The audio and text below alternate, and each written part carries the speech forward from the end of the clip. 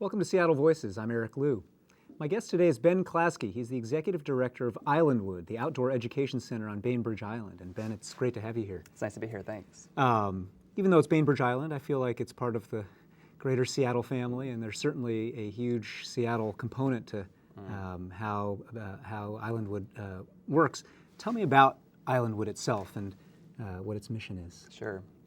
It's a 255-acre outdoor education center on Bainbridge Island, and you're right, we feel like we're part of Seattle too. In fact, the kids, they jump on the buses and they come out there each week, over 100 of them, and they stay for about 4 days in our lodges. We specifically target inner city kids, so about 60% of the kids are coming from Seattle schools, or from King County anyway. And we target their teachers too. We have education programs for educators. And so they essentially camp out there. And yeah, although camping is, it's pretty nice camping. They stay in our lodges, which are just really beautiful places. It feels almost like a national park lodge. And what happens? What is the course of education for them over those 4 days? Well, we have a whole curriculum that's tied into, you've had educators on here before, the ELRs and the WASLs and testing, because teachers want to know that it's relevant to what they're teaching. But when they show up, the second they get there, they unpack their bags from the buses and they go into the woods. And they gather around our friendship circle and they hear about what's going to happen. And most of the time they spend outdoors. Even when it's raining, coming down cats and dogs, we get them out there. And what they're doing is hands-on, real-world learning experiences, and I think that's what makes it so special. We pretend they're naturalists for the week, and they'll do things like go out and we have 2 resident owls that live. Owls mate for life and they're territorial, so they live on our premises, and we've banded a couple with with these bands that give off a signal. And the kids go out and they use telemetry to find them, and they'll take samples from our pond and look at them under microscopes, and they're doing scientific analysis and experiments. And what's the age range of the kids who are coming? 4th, 5th, and 6th grade primarily. What Islandwood is now how many years old? It's well, that's what's so hard to believe, is we're only 5 years old and we're already sold out. It's been quite a ride so far. When Debbie and Paul Brainerd helped conceive of Islandwood 5 or more than 5 years ago, right? Was the notion that there was, what like this existed in our community, if anything?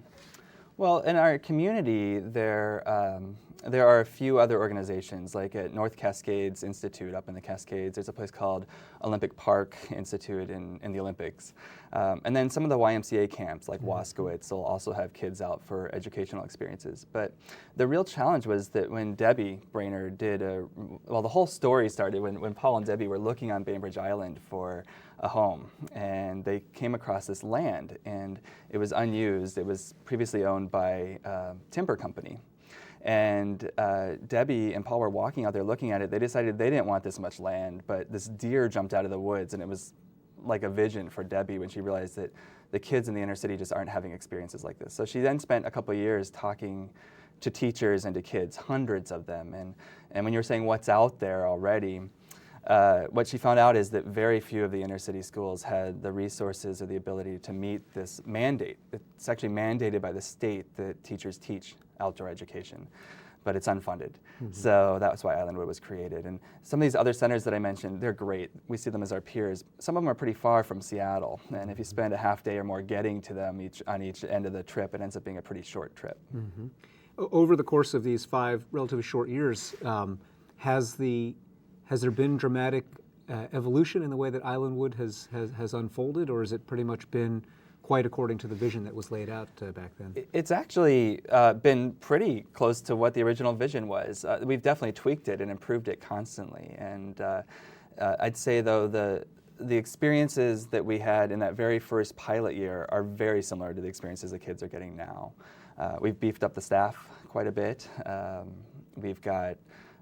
We've learned that, as I mentioned earlier, that we need to tie it in more to the curriculum that the schools are teaching, and so it's a little bit different, but pretty similar to the original vision. And so you have a team of staff who are working with the teachers who come along with their kids, and so your staff, are they What is their background generally? Are they educators? People who've been trained as educators? Are they people who'd been trained in environmental science and as naturalists and who have a gift for coaching and teaching and mentoring? What's the mix of talents? Well, that's actually one thing that makes us quite unique. And there are only about 5 centers in the country that are like Islandwood in this aspect. We have 24 graduate students living on site, little cabins out in the woods. And there's this community that they live there. And it's a partnership with the University of Washington that we've developed. So they're on a 2-year program. The first year they live at Islandwood. The second year they live, or usually on the Seattle side, and go to UW. And they're getting their master's in education or a master's in science. And what that allows us to do is that our staff, they pay us, these grad students, because it's a graduate program. And so we've got 24 grads in the field. It allows us to have a 10-to-1 ratio, or if you include the chaperones and the teachers that come, it's a 5-to-1 ratio in the field. But what it also allows us to do is that we're able to hire the most incredible experienced staff to work with the grad students. So we have 4 PhDs on staff right now. We've got about a dozen masters level that are teaching. I myself teach a class. I teach nonprofit management to the students. So they go through about 12 classes while they're there. To the graduate students? The graduate students, but then they're also in the field working with the kids. Right, interesting. So when you talked about peer institutions, you're talking about together with a plier so that they don't pop out too. But the big thing is, during an earthquake, those pictures are going to be swinging, they're going to be banging it against the wall. Very good chance they're going to pop off, fall on the floor, and you're going to have broken glass everywhere. So here we have a TV. It's not on. When it is, I'm sure they're watching the Seattle channel. Cornell, what's the key to securing this? Velcro. Velcro, you stick it underneath the TV or computer monitor and stick it to the shelf, and it'll keep the things from falling off. Good thing I'm strong enough to lift this thing. So we've come downstairs. We're now at the water heater. Cornell, what's important about this?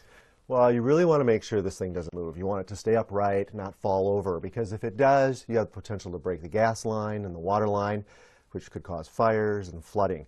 You also want this to stay upright because you have 50 to 70 gallons of drinkable water here. Now I notice you have 2 reinforcement straps.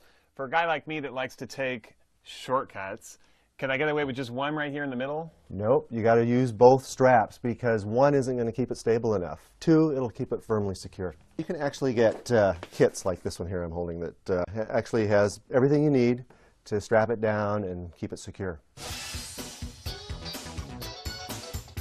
So here we are in the basement of a typical Seattle wood-framed house.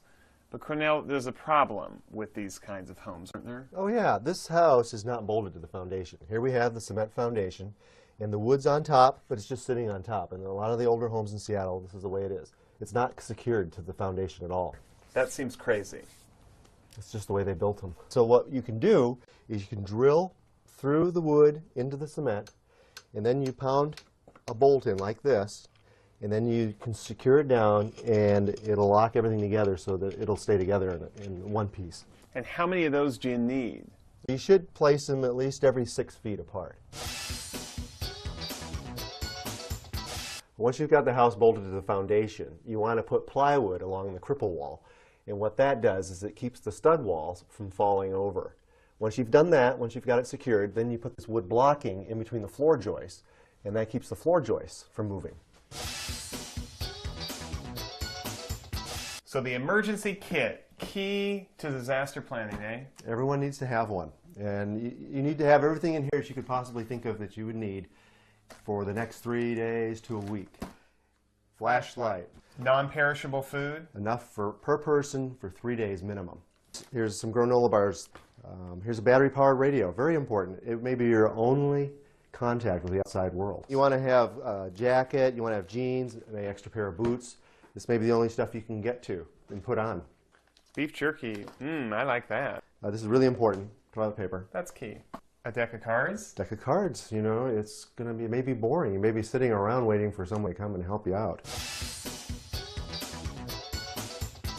Do you really mean this much water per person? Yes, I do. This is, and you think about it, you know, this is all the water you're going to have for 3 days. And so this is 6 2-liter bottles, which equals 3 gallons. Yes, and these are just pop bottles, you know, 2-liter bottles. and they make great storage for water. You want to fill it up to make sure the air is not in there and seal them up. No glass? No glass. It could fall over and break. So there you have it, some helpful tips to ready yourself and your house for the big one. For much more detail, check the city's website at seattle.gov. Don't wait, be prepared.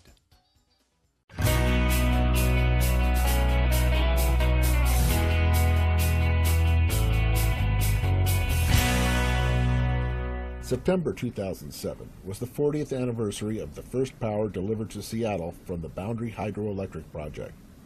This dam and its powerhouse are located in far northeast Washington state on the Pend Oreille River, only a mile from the Canadian border. This project accounts for up to 40 to 60% of the electricity produced by Seattle City Light, depending on the amount of water available in the watershed. The dam's construction is unique to the City Light system, as it is a double-arch dam. This means that it emulates the structure of an eggshell, arching both upstream and from bottom to top. In fact, the top of the dam is 50 feet further downstream than the base. The construction of the powerhouse was also unique in that it was built deep inside this mountain, requiring 195,000 cubic yards of excavation to hollow out the rock for the hydroelectric generators and associated control equipment. Since the weather wasn't cooperating, the 40th anniversary celebration took place in the main tunnel entrance to the powerhouse to keep everybody out of the rain. Before the official ceremony, students from a 5th grade class at Selkirk Elementary School in Medellin Falls participated in some experiments, teaching the power of water pressure, the fuel that drives the 6 large turbines that spin Boundary's generators. The kids poured equal amounts of water into different sized tubes. Then they marked how far the water would squirt out from holes in the bottom of those tubes. At the ceremony, Superintendent Jorge Carrasco and Seattle Mayor Greg Nichols greeted Boundary employees, residents from the area, and local elected officials. This is a magnificent testament to the people that had the vision to think to undertake this important effort. It is also a testament to all the people that were involved in building the project.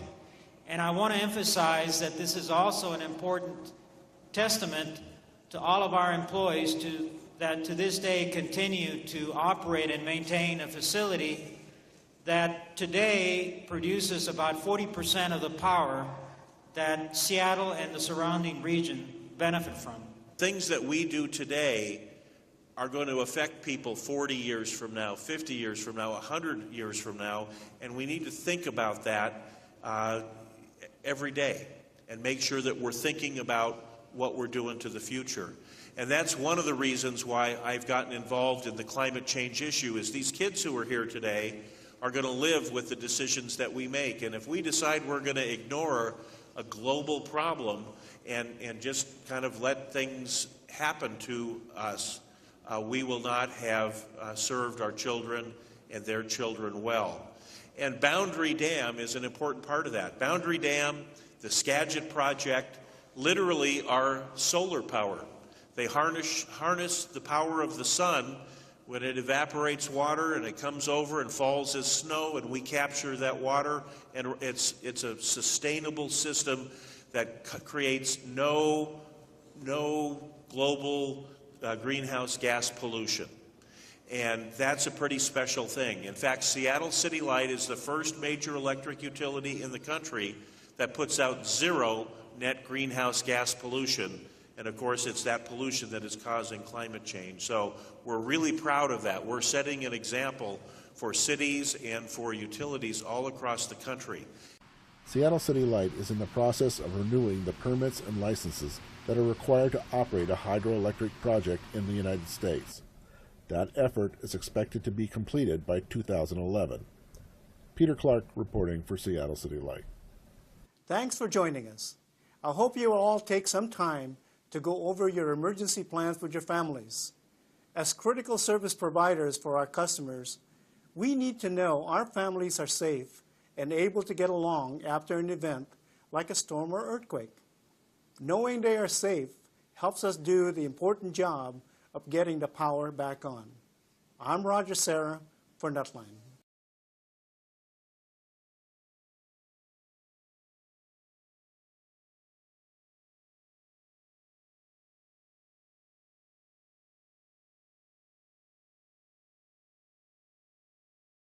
have provided, so I will try to do that, and within the time frame that you have in your schedule. The housing problems facing renters across the United States and here in the city of Seattle are daunting, and they deserve serious attention, and I'm sure you'll appreciate that today as you discuss these issues, which I'm sure you're all well familiar with. I believe that a wide cross-section of those interests are represented here today, as I understand it, from those who have been invited to participate in the summit. That kind of participation will certainly be needed in Seattle and cities across the country if we're going to seriously address the problems of renters, particularly those of low and moderate income. Councilmember Napastro, in your handout, has identified 5 policies and a 6th issue that you're going to be discussing, so I will try to set the stage by looking at some of the overall issues, comparing Seattle's situation to the rest of the country, and to the extent that I understand the housing issues in Seattle, try to relate, as I understand it, these policies to your problems. May not get it quite all right since I've only been here for a day, but I'll give it a try. Nationally, the Clinton administration and the United States Department of Housing and Urban Development, HUD, have promoted primarily home ownership as a major goal in this country, and they take pride and claim credit for increasing the home ownership rate to slightly above 2/3 of all the households in the United States. And I'm sure many would applaud that. On the other hand, Secretary Andrew Cuomo, I guess he's going to be in town here in a couple of days related to the Mayor's Summit, issued a report to Congress in March of this year and documented the worst shortage of rental housing affordable to low-income renters since his department began issuing these reports about 10 years ago. HUD reported an all-time high of 5.4 million households in the United States with what they call worst-case housing needs. That's an increase of 600,000 households, certainly well over 1 million, possibly 2 million people, from the first report back in 1991. Who are these households? They are households that have incomes below 50% of the median for the area. They do not receive any housing assistance from any level of government, including the federal government. They pay half or more of their income for rent, or they live in substandard housing, or all too typically, both. These worst-case housing needs have increased dramatically, especially for minority households.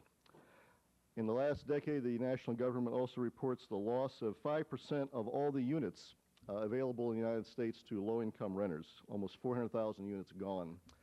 Demolition, arson, conversion, other uses. It's not a happy picture. Compounding these data are several other factors. First of all, it's national policy to eliminate many obsolete or uninhabited public housing units.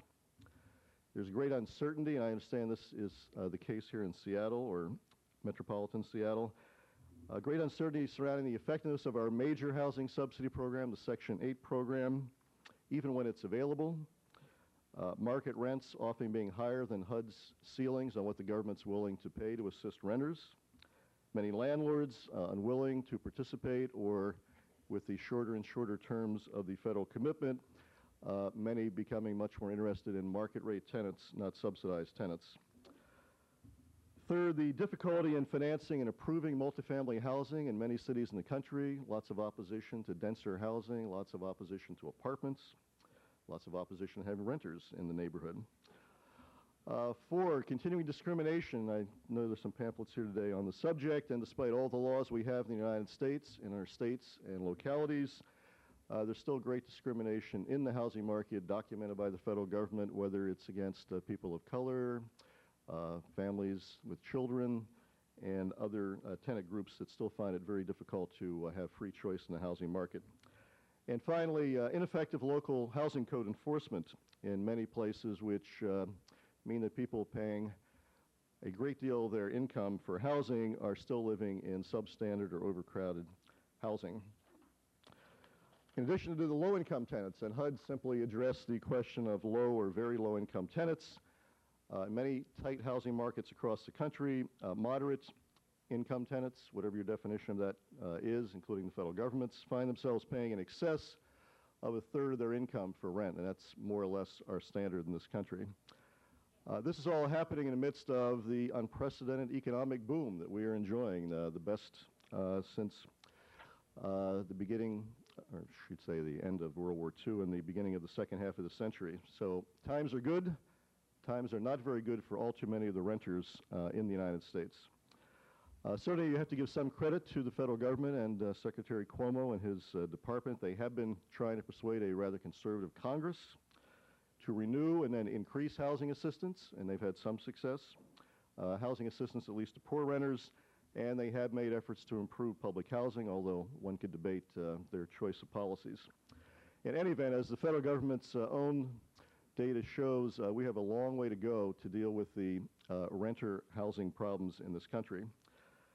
I'm not going to try to repeat a lot of material that's in the handouts you received, but I did think there were some statistics that stood out to me in comparing Seattle to this national picture. And your City Office of Strategic Planning also issued a report a couple of months ago in March. And as I understand it, your situation parallels in many respects this national picture. About a quarter of all the Seattle households earn less than 50% of the median income for this area, causing a demand for something approaching 60,000 rental housing units.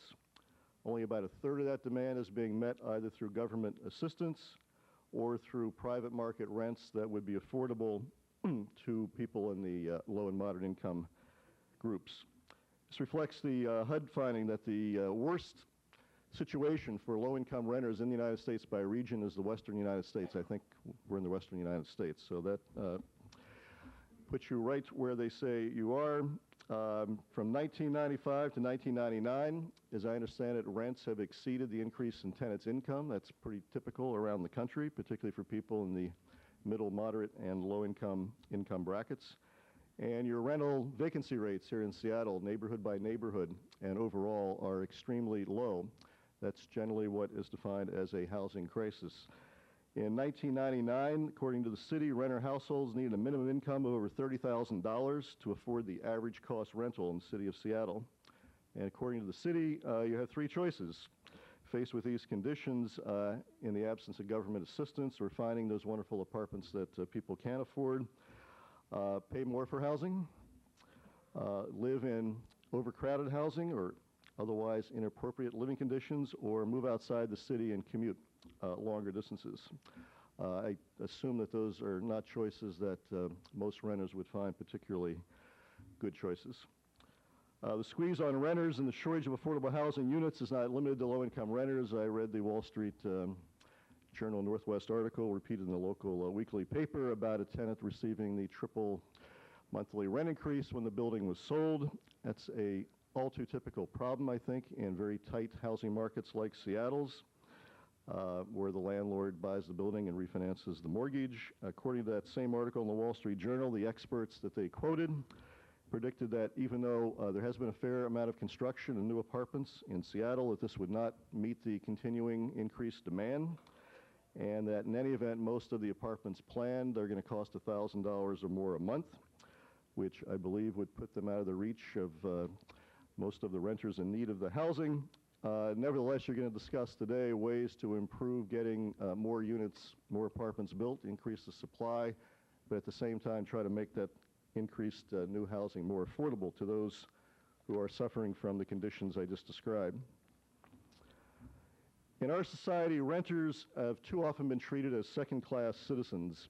And the most egregious example of this, which, how many homeowners do we have in the room?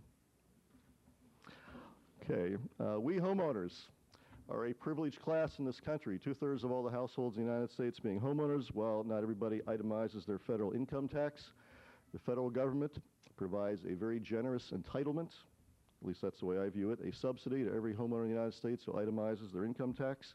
They get to deduct the mortgage interest payments. They get to deduct their state and local property taxes. What do renters get when they fill out their income tax return? Nothing. They receive no subsidy, no entitlement from the federal government unless they are so lucky as to receive some direct form of housing assistance in all too short supply, particularly in the last roughly 20 years from Washington. 1997, and this is the last time the statistics were made available, the federal government, through the United States Treasury Department, in income it did not collect, subsidized homeowners in this country to the tune of $92 billion. Renters, again, received zero. And landlords in the past have also received income tax benefits, or whatever term you choose to use, through the federal income tax system. Worse, in terms of equity, most of those homeowner subsidies go to the middle and upper income groups in the United States. The people with the most expensive houses, the most expensive mortgages, in the areas paying the highest property taxes, they get the most subsidies. So even within the framework of federal tax policy, it's highly inequitable to low and moderate income homeowners or people that do not itemize. In contrast, in 1997, despite the fact the Clinton administration did make some improvement in the programs of the Department of Housing and Urban Development, the entire budget of the federal government that went to low-income housing, in contrast, was $12 billion. Quite a contrast to homeowner subsidies. Across the country, state policy is very similar to federal policy. Generally, where states subsidize housing, they favor homeowners and homeownership over tenants. I understand in the state of Washington, the majority of the funding from the Washington State Housing Finance Commission's bond programs, for example, go to subsidize homeowners as opposed to rental housing, although I believe the Housing Trust Fund has certainly, through its programs, benefited renters, including here in Seattle. These federal and state policies giving preferential treatment to homeowners reflect the power of the various lobby groups that benefit from residential real estate and development, most notably banks, realtors, home builders. They all have very powerful presences in the state capitals, I'm sure here in Washington and in Washington, D.C., that other capital. They support policies and programs that they see in their interest and those of those who benefit from their programs, home ownership and homeowners being high on the list. Renters, on the other hand, rarely have a strong and effective voice in state capitals and certainly not in Washington, D.C. The best chance for tenants to influence public policy, therefore, is at the local level, cities like Seattle. Here you've had neighborhood organizing, you've had tenant organizing.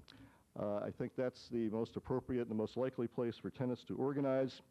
I understand you've had levies that have passed, unlike most cities where the city does provide money to support housing programs, primarily benefiting affordable housing for renters. I know that Seattle has made progress in providing housing, particularly affordable housing, through the Seattle Housing Authority, through the city's programs.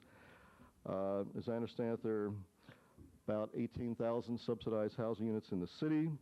Seattle's tried innovative approaches in the past to preserve lower income housing, although I know as a lawyer and a law professor that some of those attempts were thwarted by the courts. For example, the Housing Preservation Ordinance a couple decades ago. As I understand it, the city still, through its downtown bonus program, its transferable development right programs, have been able to assist in the preservation of at least some low-income housing. I know your landlord-tenant law provides tenants with some greater protection than in other places, at least against arbitrary evictions and major rent increases.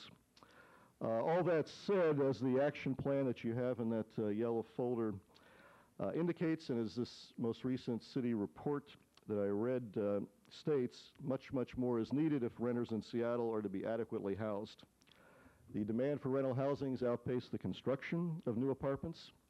Rents are rising faster than tenants' incomes. You have low rental vacancy rates. People are paying more than what would be normally considered acceptable or adequate. You've got overcrowded housing, and you have substandard housing.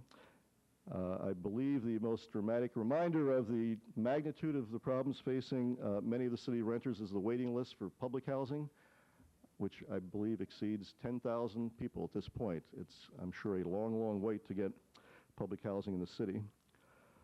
While the state of Washington, like some other states, have preempted some policy options that might be used by the city of Seattle, Seattle can still do more to assist renters, particularly those below the median income. And you have before you a list of at least 5 options that you'll be discussing today, and I'm sure others will follow.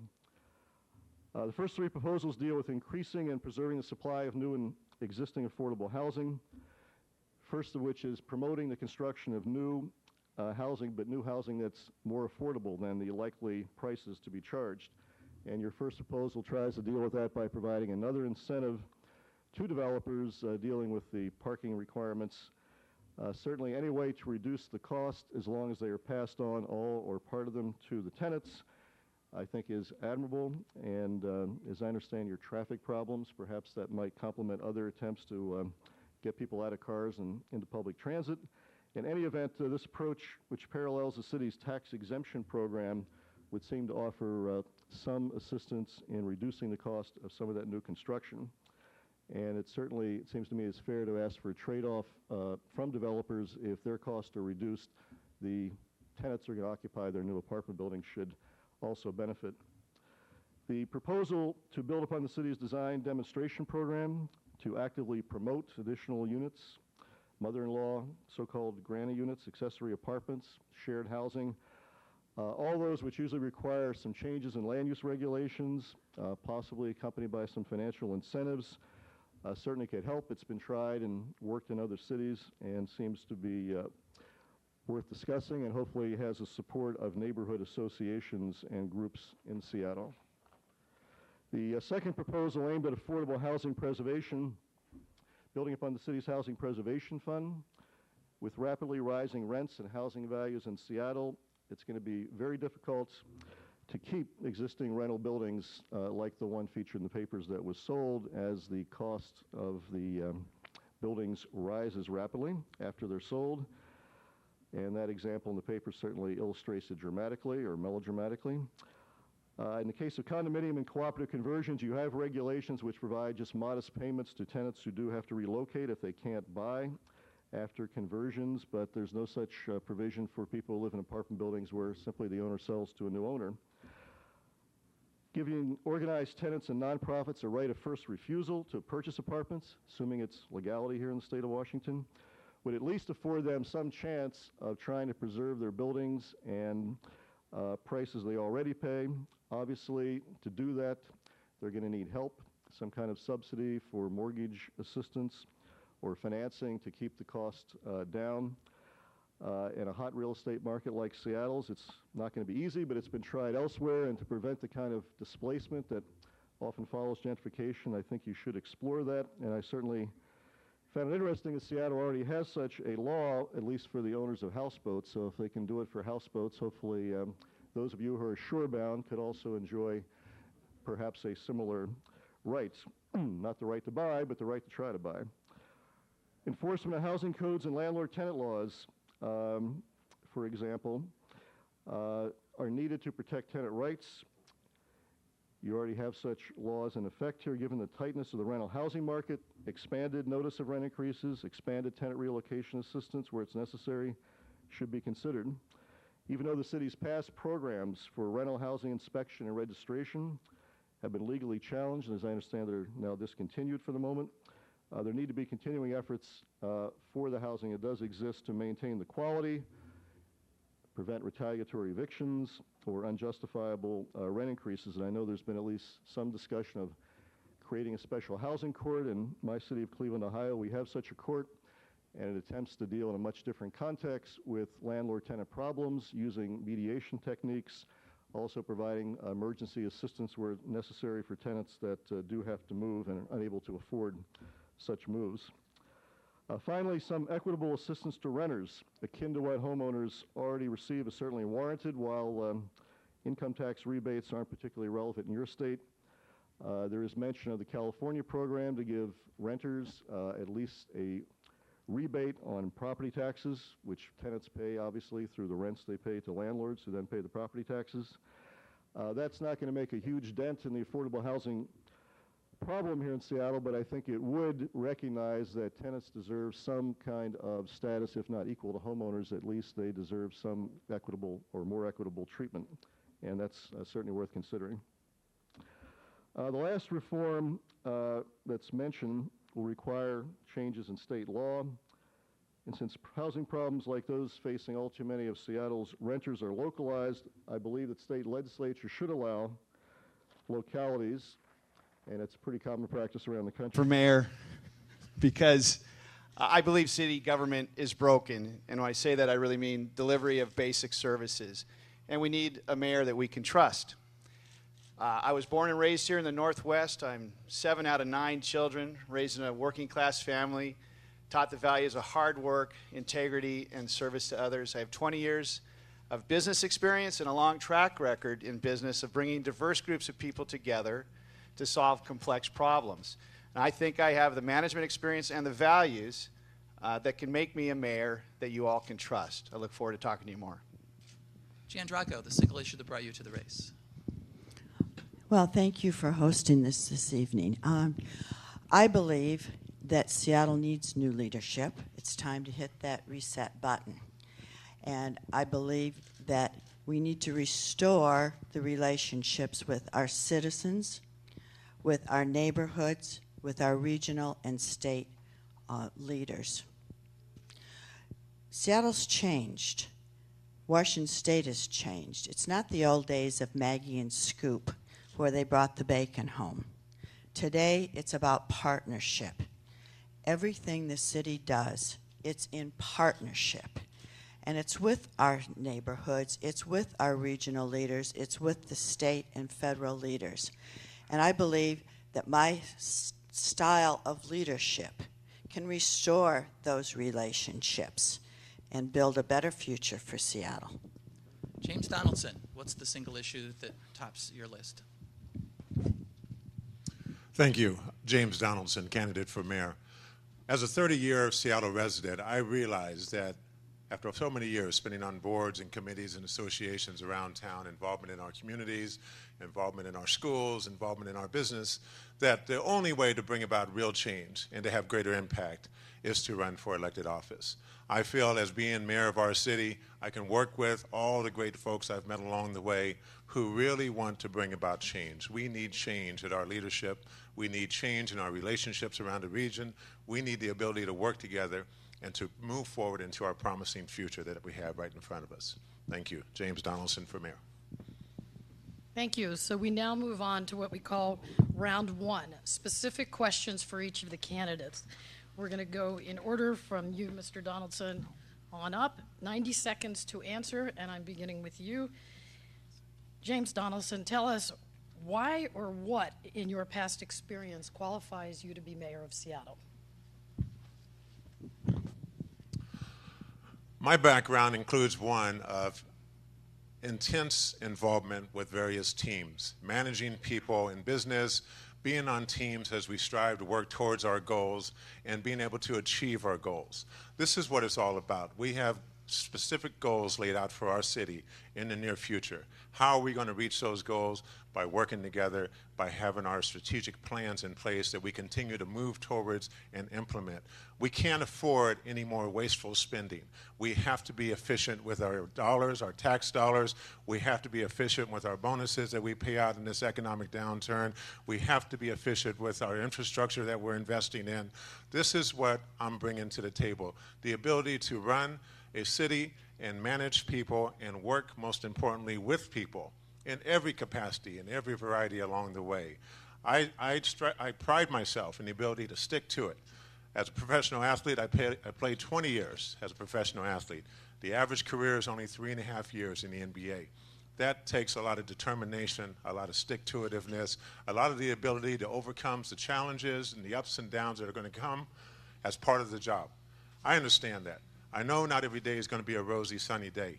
I know there's going to be challenges ahead, but I'm prepared to meet those challenges because I have a goal in mind and I have a strategy that works, and I will implement those strategies to make sure they work for the best of our city.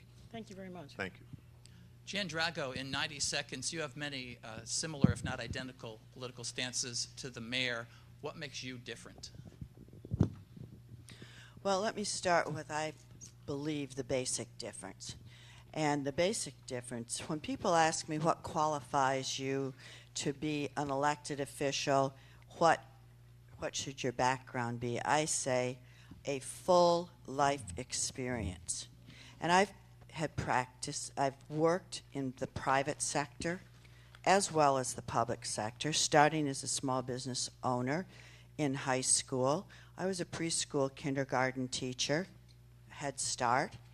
I came to Seattle and opened my own business here, Häagen-Dazs ice cream ship business, and now I've spent 16 years on Seattle City Council. So I have many, many experiences in terms of working on issues, and let's just use transportation as an example. That is the single most important issue to the people of this region. And the mayor and I have worked together because it takes a mayor and a council working together to make the big accomplishments on big projects. There are many issues that we have disagreed on, and that certainly includes cutting the gang squad. It includes annexation, industrial land zoning, incentive zoning, and I can go on. But there certainly are differences.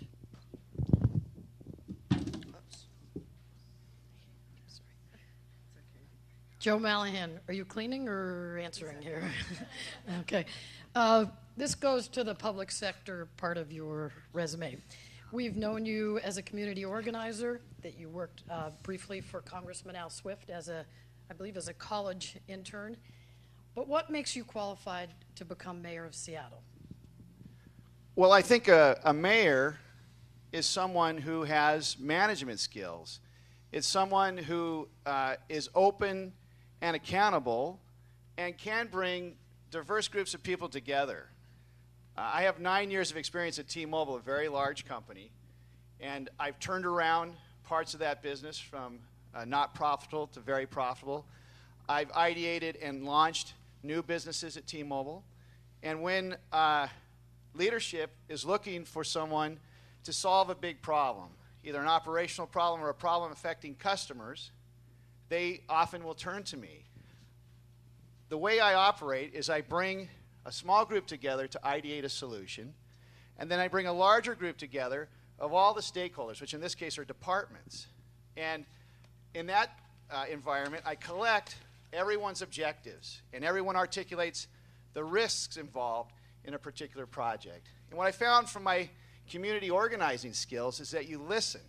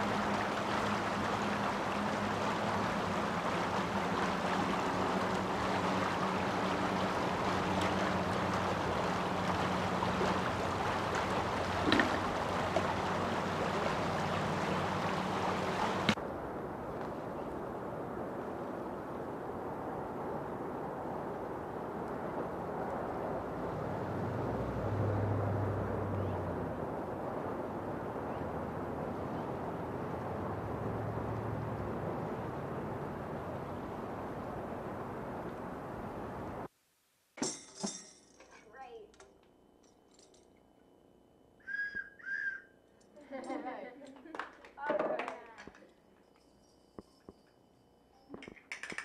don't know what a conductor is. The conductor tells you when to play and when not to play if you don't know when to play and when not to play. It all depends. In other words, don't listen to me, but watch me. Okay, what I'm going to do is I want you to react to what I do in the middle here. In other words, I'll be kind of moving around, pointing at people to play, and everybody can kind of keep playing, you know, at a nice, softer rate while the soloist comes and plays louder. And the object of this is to find as many different sounds as you can out of your instrument. I mean, I don't want somebody to go, okay, that's it, you know. They're on, in other words, like everybody's playing and you're supposed to take a solo. You're supposed to find, you know, all over the place, you know, find as many different sounds, and there are 15,000 guaranteed different sounds on this very instrument. Are your money back? Are your money back? So what we're going to do is we're going to set up a basic pulse, okay? So this is the pulse, okay? Everybody starts with their basic pulse. All right. Okay, now everybody play a basic pulse very softly. Not very loudly. Medium.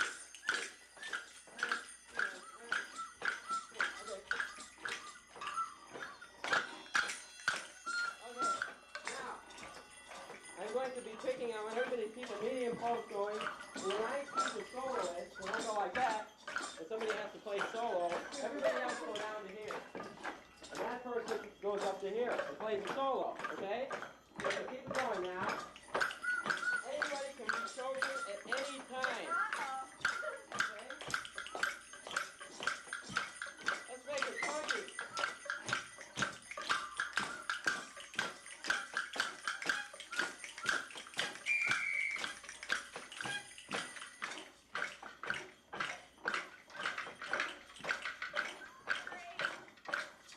Hey, yeah!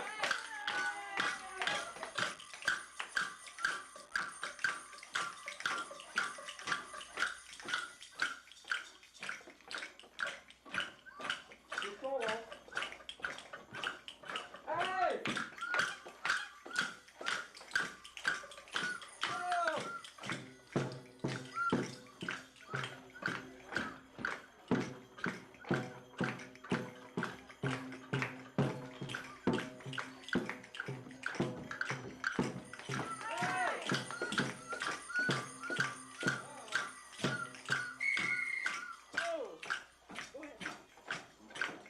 Play. Your turn. Go ahead and play.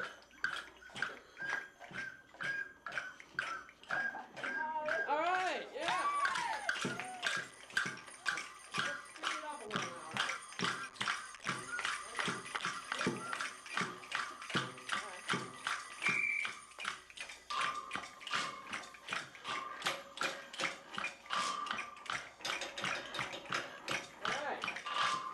Yeah.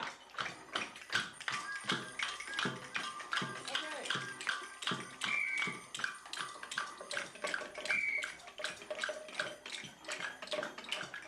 Hey.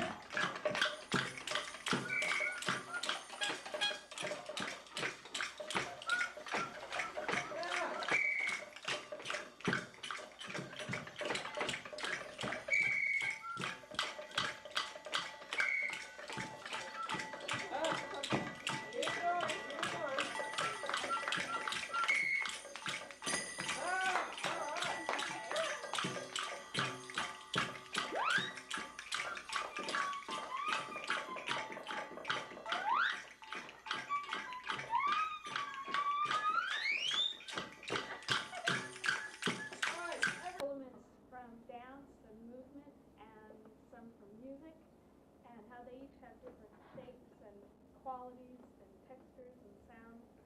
And in what I do, I want to show you some of the ingredients that I use. And they also have different textures and shapes and colors and sounds and tastes. And I'll show you a few of them, and then we'll let you all make something out of them that you can combine with the movement qualities that you've seen and the sound qualities that you've seen. So this is the yarn. Many different colors, textures, feels to it. And also has some cloth, which is what yarn turns into if it's woven or knitted or crocheted or whatever you happen to do it. So we've got lots of textures and colors and qualities here. Like this yarn even has a sound. Also a couple of other ingredients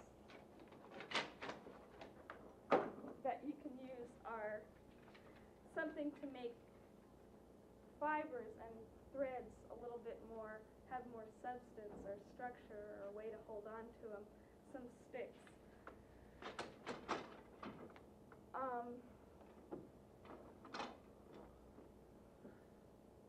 I think I'll just go around and have, just at random, pick someone to combine a sound with one of the different textile elements, such as the wool. What kind of sound would go with this? Is there anyone who has an instrument that has a sound that would go with this? How about you?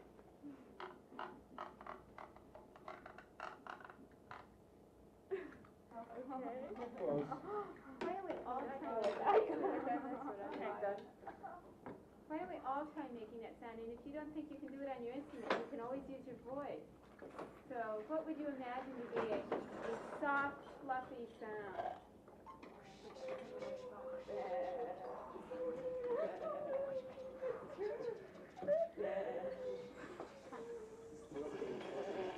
What about a big purple ball of yarn? Yeah, purple.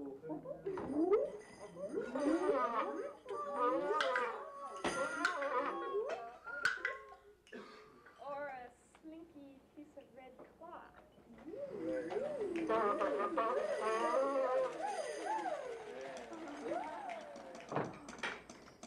Or a bunch of very bright colors all together?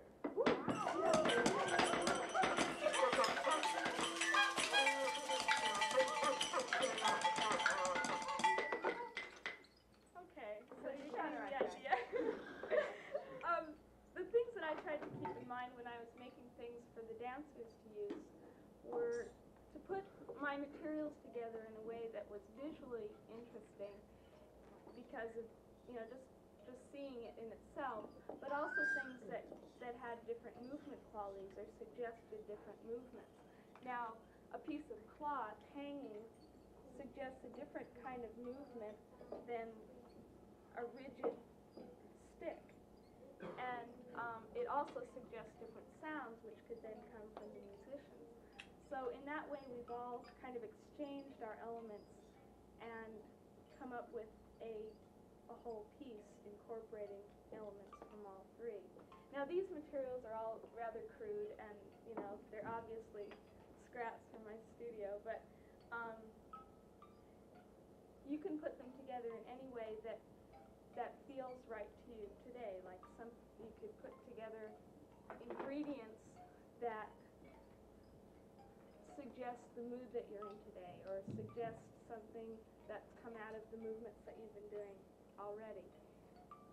Just for some examples, combining a rigid stick with a flowing piece of cloth, just tying it on, you could. Ellen, could you just explain to us what is the Zoo 21 campaign? The Zoo 21 campaign is an effort by all of us to raise some money to invest in the zoo and keep it going. Why does the zoo need $125 million? The money that we're going to raise for the zoo is part of a long-term commitment that the city and the community has made to improve the zoo and make it a neat exhibition for all of us. Why have you taken on the job of honorary chairman? I've wondered sometimes why I've taken on the job as honorary chairman, and my answer is that I was absolutely pleased to be asked to serve, and I think it's a chance to communicate a great message to help with something that will affect a lot of our lives and give something back. So like a lot of people involved, it's really fun to give something back. Why is it important for people in businesses of Seattle to support this campaign?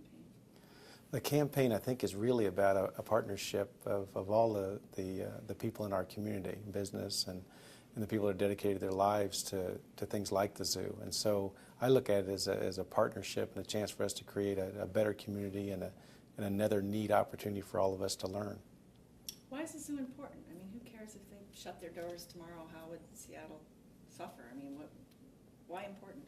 I think of my personal experiences with the zoo and its importance and what it meant to me in a formative stage, just growing up and getting a chance to see animals in their natural habitat, getting a chance to be exposed to creatures around the world and how the world's changing and how that threatens some creatures. So really, the zoo is kind of more than a zoo. I think it's about how we all are going to live together and what we can do to help each other going forward around the world. So you went there as a small boy? You bet. How has your experience then made you what you are today? As far as, I mean, what inside you is different because of your experience? Some of the things that I remember about the zoo that still stick with me today was just diversity. The diversity of animals, the diversity of habitats, the diversity of where the animals live around the world. And probably one of the first exposures to how different, but how much the same the issues are around the world came from my first trips to the zoo. And now that I travel the world, those experiences have turned out to be very well founded. If you were sitting across the table from somebody that could give you $5 million, $10 million at a pop, a Bill Gates type, what's your sales pitch? What would you tell them? The thing that's compelling to me, and the reason that I wanted to participate, and the reason that I'm asking colleagues and friends and community people to participate, is that it's such a great chance for all of us to help the next generation appreciate this diversity, to appreciate our world, to appreciate the importance of using our resources so carefully and protecting all of the species, both the human species and the animal species. Perfect, that's the bite. David Town in his interview said that $125 million isn't a whole lot of money, really. His quote, and I'd like you to answer this, it's not even a dictionary. Absolutely. It is just becoming, and I'm involved in doing a documentary. My next documentary is called Natural Connections, and it's all about biodiversity and our... Natural Connections. Neat title. Do you like it? I'm not sure of the title. I like the You like title. it? See, I think this thing about diversity is really more about what we have in common. And we've kind of come at it because of people's perceptions about differences. But maybe it's that we really have more in common, and it's getting a chance to appreciate each other being loved and loved. And then all of a sudden, the richness of differences is a positive thing, right? So you think about natural connection. I think it is see, we're naturally connected to the animals. We're naturally connected to each other. So why is it we make it such a big deal that we're different? Yeah, and that's how I'm going to approach it. I think because it's it'll our sell. disconnection from nature that's caused all the trouble. It'll sell. Hopefully. So David Town says 125 isn't much money. In his quote, and he laughed when he said this, and I just want a response from you. He said, and this is a direct quote, "Look at it this way. It's like 1/737." Well, is he right? Could 1/737 put the zoo into I think the next century? with a 737, of course, you get a lifelong service contract, some pilots for training, flight simulators. So, in a way, it's a long-term relationship. It is a lot like a zoo. It's a long-term relationship with a great asset. Caught in that reactive mode that we are so often caught up in.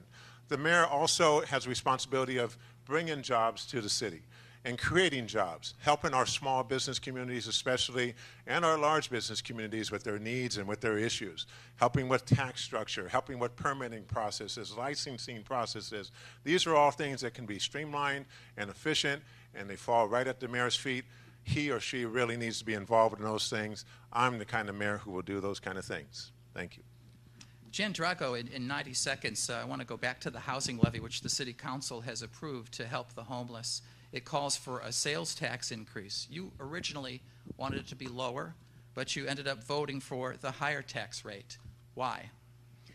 Well, I wanted to right-size the housing levy so that it could pass. So I felt that it had a much better chance of passing at a lower rate. It's on the ballot now for $140 million, and that raised people's taxes almost $80 for an average, or raise it up to almost $80 for an average home from 40 to 80. So I proposed $120 million, and it would have raised it, I think, to about 60. So my goal was to make certain that the tax passed. That was my highest priority.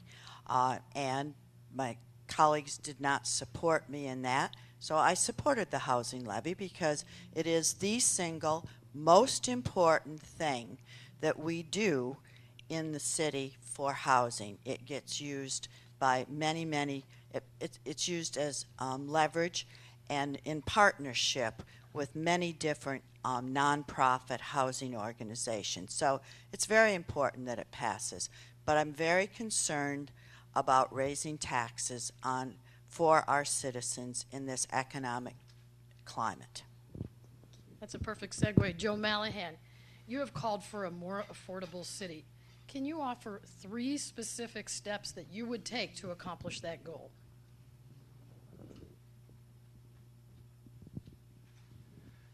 Well, I think first our city needs to be more affordable to conduct business. Businesses in Seattle have a tremendously higher overall cost burden than businesses in our neighboring cities of Bellevue, Everett, Tacoma, and the like.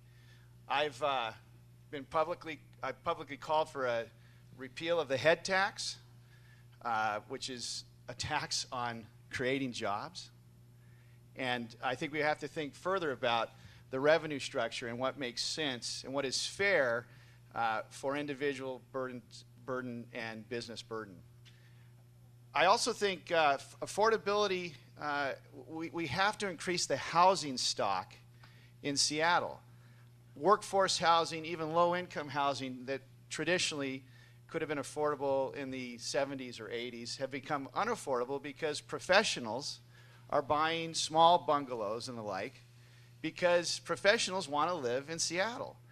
And so I think we need to work to increase the housing stock. The incentive zoning laws are well intended, but they're not very strategic in nature. I think they're actually incentives to build fewer housing units rather than more. I do support the housing levy. I think that's my third thing in terms of affordability because the levy does achieve and has achieved in the last time, I'm sorry, am I out? Good, affordable housing. Our one-night count on homeless this year was flat, which I think is an accomplishment for the city and the county. And so we got to increase housing stock, but at the same time, do spend on low-income housing. So I do support the levy.